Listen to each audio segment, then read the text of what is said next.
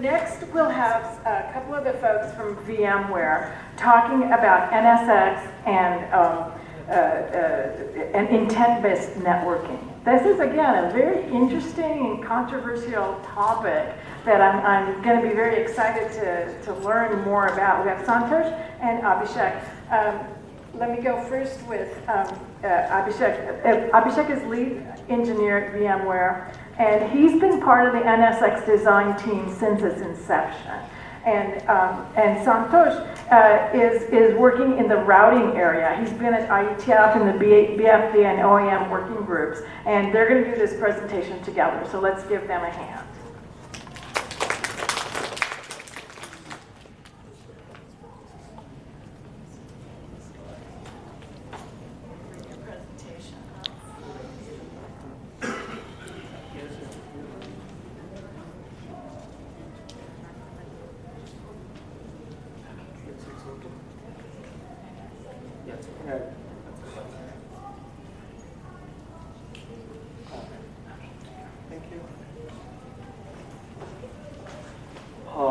Good afternoon, everyone. I hope everyone is awake, so I can go on. Okay, Abhishek and myself are presenting the journey of network virtualization. NSX is our product from VMware, but we'll concentrate more on the journey of the virtualization itself in the data center, right? So, what are we talking about? We'll be talking about the problems that predates like 2013 or something like that, and what does the network virtualization mean in the data center, and what is the evolution of the same, and then what are the NSX components, like what is the architecture of the product that we have today, and what are the services we are offering, out of which we'll talk in detail about routing and microsegmentation, and also we'll talk briefly touch upon how we are using this intent-based networking into the the whole product that we have. So first, we'll talk about the challenges.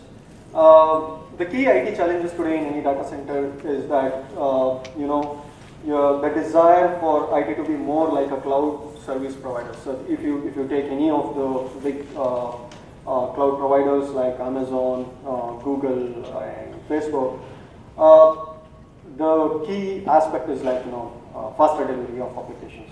Now, IT is nowhere close to as these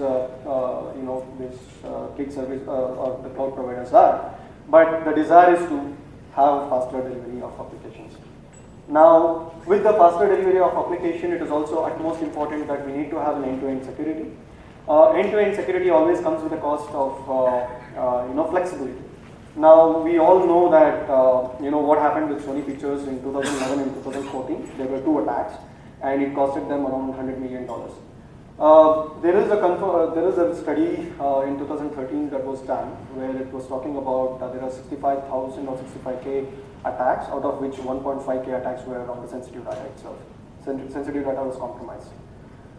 So end-to-end security is utmost important within the data center, but given the security, it comes with a lot of, you have to compromise on flexibility, like the movement of the VMs within the data center and application movement. So seamless application movement is also one of the key aspects while keeping end-to-end security in mind. Now, the third challenge is disaster recovery. So basically, the application continuity is the third challenge that needs to be addressed. So let's see this, what a typical data center would look like. When you walk into the data center, you would see that you have racks and racks of servers, where the actual on your left you see that there are a lot of commodity hardware where your workload is running, right? That is where the actual work is happening. So what is there on the left side of it, right? So on your right, you see that there are a lot of switches. There are a lot of hardware boxes and analytic boxes. So what are these? So these provides your control infrastructure. So why do we have this, right? So because let's assume that you want to do a load balancing, you want to do the firewall. So currently you can't do it on any server. The reason being that the servers doesn't match with the hardware vendor at the speed and the scale that they can provide. But with this model, with this traditional model, what is the problem? All the workloads have to reach out to those hardwares, get where the service is going to get applied, and then hairpin back to a given destination server. Now this is a problem with respect to how we manage the network, and also you have to always keep the peak load in mind and deploy these hardwares keeping the peak load in your mind, right? So this is a lot of wastage with respect to space, energy, and of course the dollars. So now, why with this monolithic architecture, you can't just install a load balancer at any given point of time. It has to be there just to accommodate the load. So what if, right? Just take that load balancer and move it to wherever it is required, right? So this is a distributed architecture we're talking about. So, and also just take the firewall and move it to wherever you want. Now, with the scale-out model, you can actually do it in the general purpose CPU. So what else happened here? You got a lot of rack space, a lot of energy saved, and a lot of money saved too. So this is one of the virtualization this is how we can achieve or we can beat the traditional way of doing it and do it in a distributed way. Now we'll also see what kind of evolution we had with respect to network virtualization. It was an humble start. So we started with an intelligent vSphere distributed switch. Now that was not enough, right? So with the application growth and demand, definitely it wasn't enough. So what came next was a software-defined, SDN defined a new way of doing it, a clean way of separation of your data plane as well as the control plane. Right, so with that, we had network virtualization and the microsegmentation were the key aspects of this next gen of software-defined data center. Then came, the containers and the multi-cloud stuff. So basically, we know that all this, everyone is moving towards the container, and the multi-cloud. You want to launch an application in one of the cloud, and you want to move it to another cloud seamlessly, right? So that is what that is one thing where we have, and also let's assume that you have a private cloud where you have an application launched, and at a given peak hour, you just want to expand your network to a public cloud and shrink it back when you are done with the peak hour, right? So your application should be seamlessly moving from your private cloud to the public cloud and public cloud back to the private cloud. So this is where we play an important role with respect to expanding the network. And then comes the newer way of doing it. Like it is still a challenge with respect to application monitoring and also auto scaling of the applications. So with the new intent-based networking, with the principles of intent-based networking, we can still achieve it. That is where we are working on. There's still ongoing work where we are using the service, SDN load balancer service mesh to ensure that the application delivery is optimized. And yeah, ready for the future, right? I mean, using the intent-based network and security to give a very good user experience for seamless delivery of application. Now let's touch upon the components of NSX. Like it's a SDN based, it's built based on the principles of SDN. You have a clean separation of data plane, control plane, and the management plane. So in data plane, it is an heterogeneous data plane. It is actually a stateless data plane we have. So stateless meaning you have the entire tables populated from the management plane and you're just using it. Basically there is no intelligence built in this. Right, so there is a distributed data plane. That means the routing happens at all the servers itself. And there is a centralized gateway appliances or the cloud appliances which can actually apply more services, centralized services like NAT, DHCP and other services. So Then we have a cluster of control plane. So this actually is programmed. There are two components in this. That is, local control plane and the central control plane. The local control plane is sitting with the data plane, where it programs the data plane with respect to stateless information that is required for it. And also it collects, it monitors the links and monitors basically the data plane itself. And then you have, and also disseminates this to the central control plane. Central control plane is actually getting the configuration from the management plane and then configuring this to all the local control plane. So when we have the management plane is providing your northbound interfaces and the UI and other stuff to program the intent. Once the intent has been programmed, it actually modifies that intent into a finer, granular security and firewall security and routing instructions, and then it actually downloads that into the data plane. So now we'll move on to the NSX services. What kind of services we offer? Basically distributed and centralized services. Abhishek will take over and will explain about the services we have. Thank you, Shankar. So just to recap, the key architecture of the NSX is to separate the control plane and the data plane. So data plane can be as stateless as possible with and keep the centralized services for the external connectivity where your virtual workloads are going out and interacting with the physical connectivity, which we all talk about, the internet connectivity or the external connectivity. So now, what we try to do is we build a distributed system that spans across all the compute nodes in your data center, and it pushes the network function very close to the workloads. So by network functions, I mean routing, distributed firewall, and your IPS, IDS, all solutions are pushed as close to the workload possible. Right? And how do we achieve that?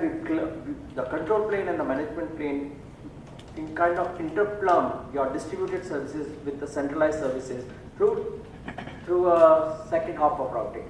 So wherever they need to have access to a physical world, they will go to a central cluster of nodes that will provide the centralized services which are hard to distribute today, like your stateful NATs, your perimeter firewalls, which you need for the external threats and for unknown path. And then you have a distributed firewall which works very seamlessly in your data center for each fetch traffic. Right? So, and these centralized services runs on what we call a gateway or edge nodes, which again runs in a VM, and it's based on the DPTK platform. And why it is feasible now? Because with the DPTK and the new instruction set from the Intel processor, with certain number of cores, you can do the line rate performance meeting up to 40 gigs, which was not feasible earlier at all, and the ASICs was only the solution. Right? So now, with the mix of what the commodity in every networking and the commodity hardware with the mix of distributed and the centralized services coordinated and plumbed together by a central control plane, which is the mastermind of the system. So just give a glimpse of it. Like I will take one example of the routing. Right? Now the user sees the abstraction that I have a router, and my router has the two legs on which I have a compute connected to them. Let's call it a web and DB. I name them as a blue and the black link, right? Which has a VMs connected to them, right? Which have VMs connected to them, and it has another interface which provides into a physical connectivity, which is a typical VLAN interface. And these compute workloads are the OLE networks which use, which could be a VXLAN or could be a Genie stuff. Right? Now, when these VMs also talk to each other, the entire traffic is within the data center. You already know your universe. You know for a given segment which hypervisors have the VM. What is your effective broadcast span, right? And you can make sure that when the payload is sent, it is distributed by the routing function sitting on the same compute node and delivered by looking up the local routing table gets good enough to push it back to the VM, which is also sitting on the same node, and packet is not even leaving the hypervisor. And if it is on different hypervisors, it may leave, it may get encapsulated, and over the transport network, which is your data center underlay, it reaches to the other hypervisor. Now the same VM, when it wants to physical connectivity, right, this guy will route the packet, and it will just follow the default route, which is internally plumbed by what we call auto-created transit LS.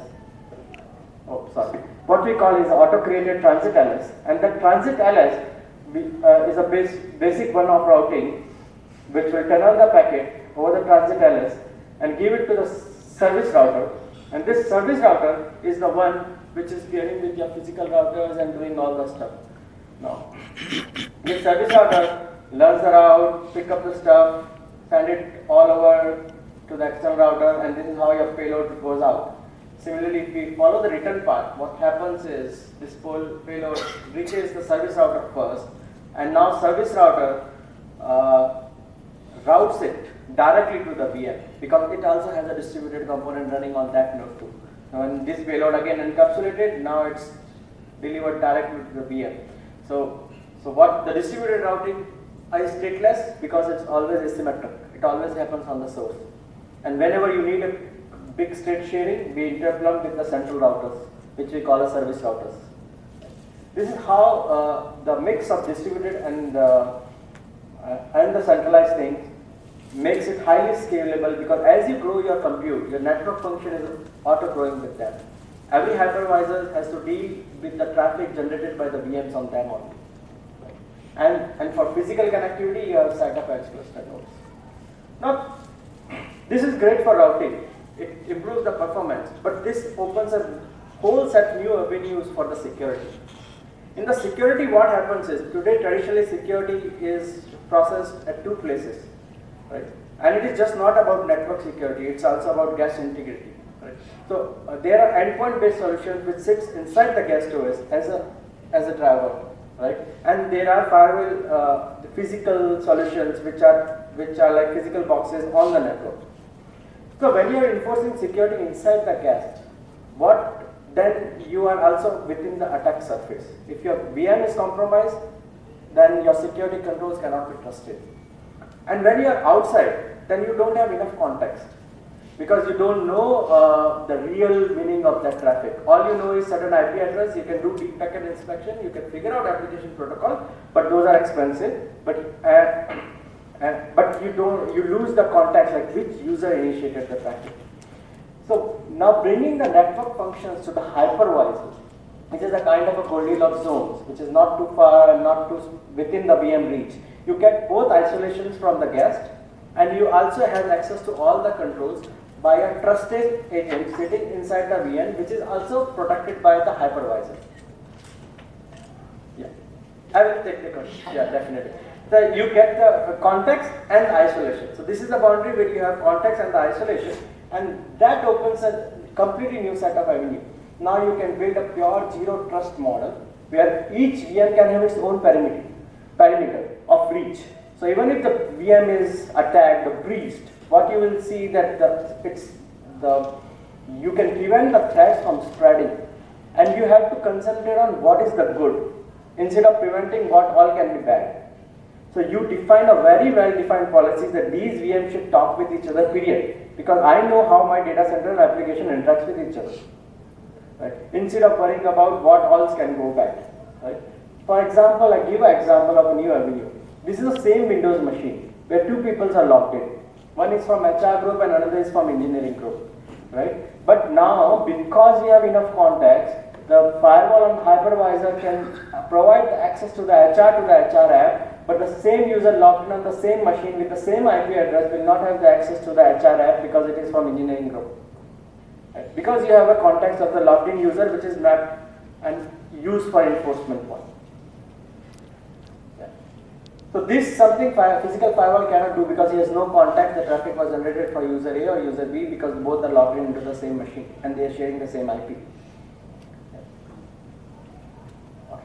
Yeah, so I take a pause here and think is like why with distributed architecture the intent-based networking becomes a need in half an hour. So today apps are getting complex and complex. There are different type of users have a different role in managing that app. There are developer team and DevOps teams which wants to try out the new technologies. They want to use new public cloud services and they want a faster delivery. But security and IT team are at the end of the day responsible for operating that app, and they want to make sure that they meet all the compliance requirements and security requirements. Right? And these applications are very deployed in very different kind of compute environments. Some may be containerized, some may still be physical, some may be virtualized in the VMs.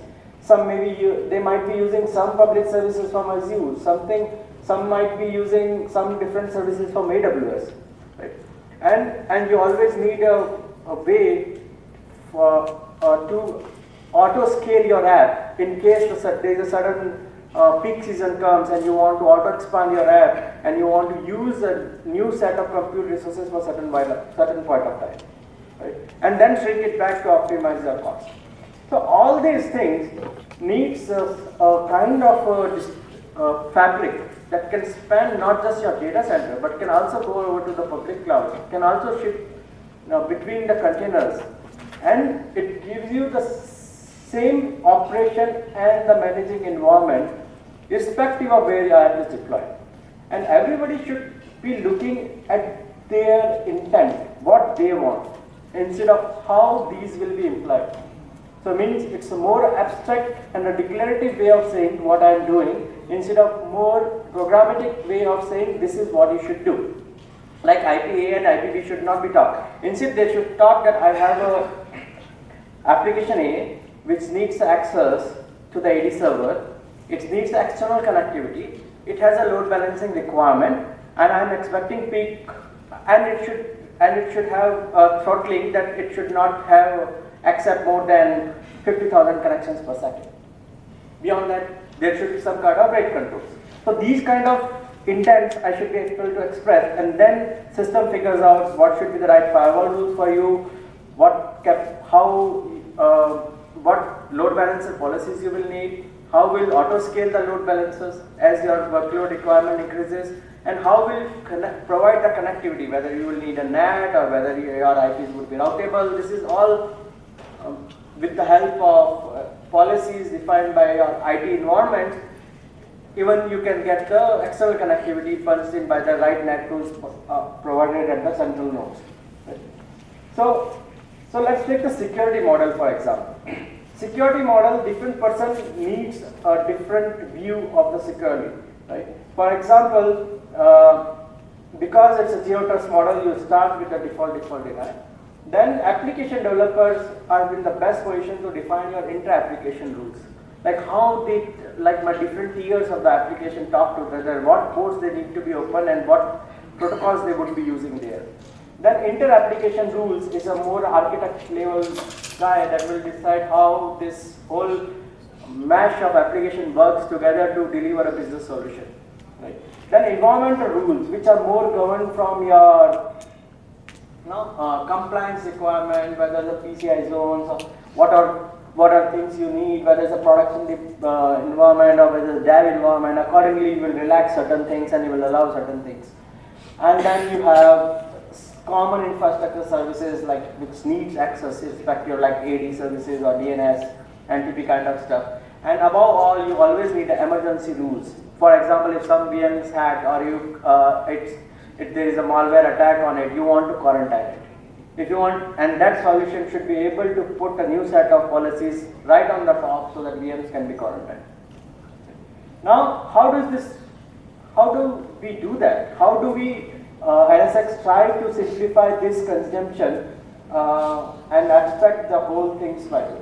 So what approach it takes, it's a very flexible policy which are based on a dynamic criteria, which we call a tags. So what we'll say is that different persona will define different policies and they will define the dynamic criteria. For example, I will take an analogy. In the Gmail, you see a lot of tags, right? Your email can have one or more tags, and you can define your tags and you can define a filter criteria that if this kind of email comes, tag with this. Okay. Now, let's say infrastructure admins developers, they all define their different vendors. This is my app tier, this is my DB tier, this is my web tier. Oh, this is my production environment, this is my development environment, this is my PCI zone, this is my shared services. Right? So I define all those dynamic criteria and I define the policies for all these tags. Now when the workload comes, I keep on applying the tags. I keep on applying tags, which tells that this VM is in production environment, this is a web application, and this needs access to this particular service, shared services. Now system monitors all these new deployments, the way they are tagged, and accordingly it prepares the final rules for that VM that defines its complete parameter. So once you define it, it's about putting the right tags on your VM, and the policy will always move with the VM. And that's way it's much easier to think about the security versus maintaining a firewall table, making sure that the application rules are inserted at right priorities, and you are not creating dead rules, or you're not blindly opening a port which is not required, and those things. If you take all these things in the isolation, things are easier to manage from that perspective.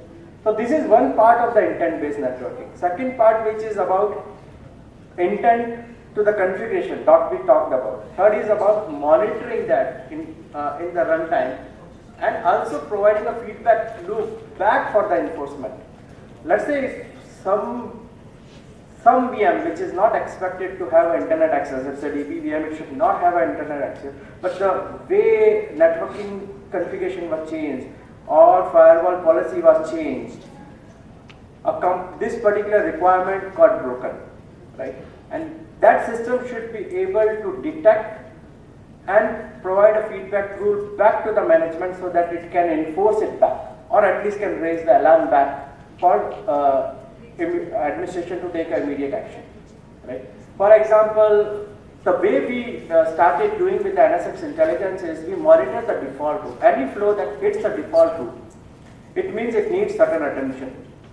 If it is a block route, then there has to be a traffic which is either needs to be stopped or it needs to be allowed.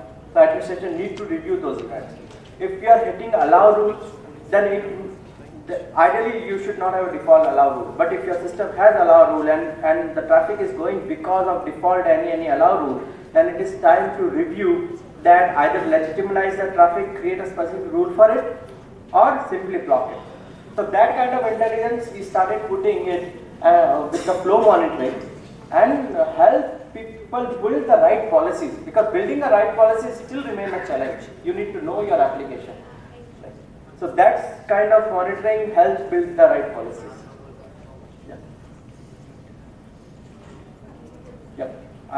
That's all I had, but I'm sure you will have a lot of questions because I tried to cover stuff.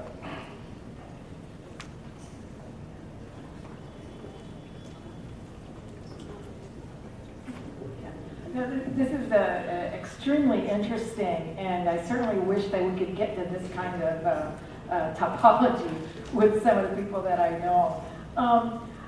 My question is, so you've got your VM, your application, and the firewall sitting next to it, or your appliance, load balancer, whatever. Yeah. Do you have? Are you going in clear text in between those, or where are you doing like TLS, for example? Yeah. Are you, yeah. Right. So we have two models. First thing, traditionally people are nowadays shifting to the application itself using the right security protocols and creating a TLS connection itself. Right. But then we have an option where you can even encrypt your transport. So when your packet is encapsulated in a Genie, right?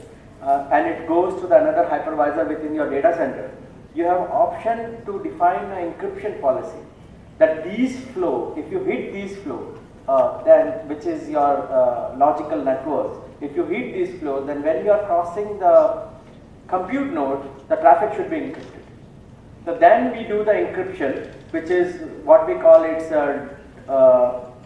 DNE. DNE is the name of the code name there, which actually encrypts your transport network. So there we have a common key controller, right? That do all the key management for us, which is again a central controller that does the key management and distributes it to the database and refreshes the key. So when this guy encrypts it, other guys can decrypt it and can do the further routing there. No, they're very interesting. Any more questions? Otherwise, yeah, go ahead. Yeah, no, this is, as I say, sorry, this is super interesting. We should talk offline. But one of the things that seems like is hypervisor attacks.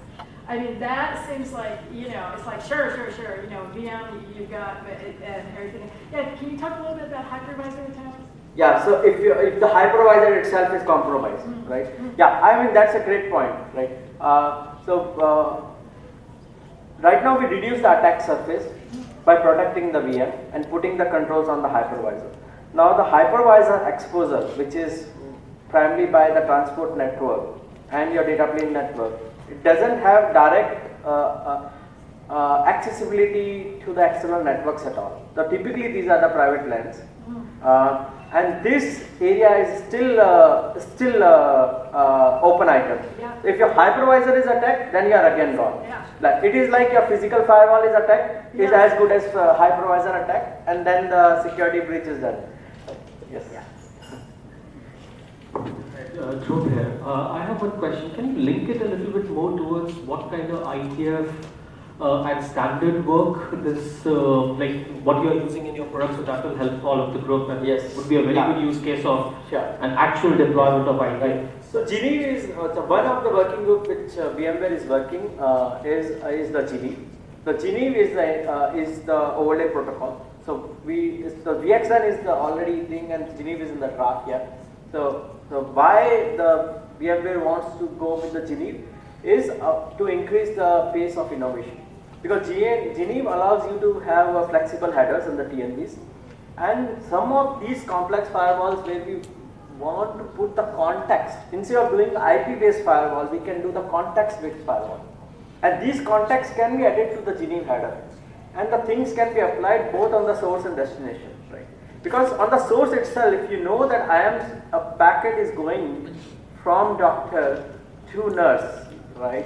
Because these are the users now. Because now we are not talking about IP address. This packet is going from doctor to nurse for this. Then this should be blocked, right? So that thing can be a context in the packet itself, and that opens a lot of stuff. So Geneve is the one thing that we're working. That he is working like you want to add Yeah, more? so from VMware or this product point of view, IETF mapping is more with respect to VXLAN and Geneve and some routing protocols that we are using. But we are more interested in terms of the intent-based networking discussions that are going on because we are using it, right? So we just want to see how it goes along. So not much presence in IETF per se other than distributed routing and for Geneve encapsulation protocols. But yeah, we want to be there. I think one of the reason has been that we concentrated all within the data center networking, where it's like we have a ubiquitous fabric everywhere. So that's why some of the solutions are kind of still a proprietary, which we are trying to standardize in a way for future interoperability, especially with multi-clouds and all the intersite scenarios are coming in. Sure. Yeah. Thank you so much. That's fascinating. It's you guys certainly are taking the leadership in a lot of these things. And as I say, I would love for my enterprises not to be the before picture in a lot of what you're saying. So let's give these guys a hand.